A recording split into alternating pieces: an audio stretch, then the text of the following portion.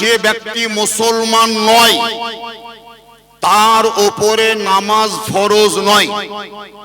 মুসলমান নয় অথচ নামাজ পড়ছে, এরকম যদি নজির কোনো জায়গায় দেখেন তাহলে আপনি 100% ধরে নেবেন যে আপনাকে ধোঁকা দিচ্ছে।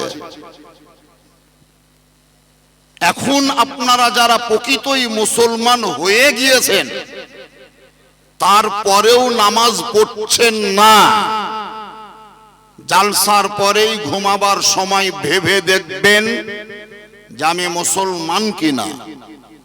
যদি মুসলমান হন তাহলে নামাজ ফরজ। 2 নম্বর শর্ত হলো সাবালক হওয়া। যারাই সাবালক তাদের উপরেই নামাজ ফরজ। এখন জালসা শুনতে এসছেন অনেক লোক, কিছু নামাজ পড়েন, কেউ কেউ নামাজ পড়েন না। তো যারা নামাজ পড়েন না তারা কি এখনো সাবালক হননি? নাবালক হয়ে আছেন? না, নাবালক তো নয়, সাবালক হয়েই গেছেন। তার মানে আপনার উপরে নামাজ ফরজ।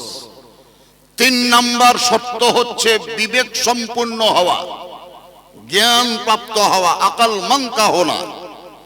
এখান থেকে বোঝা গেল যারা পাগল, মস্তিষ্ক বিকৃত, ম্যাড, তাদের উপরে নামাজ ফরজ নয়। যারা কচি বাচ্চা, নাবালক, তাদের উপরে নামাজ ফরজ নয়।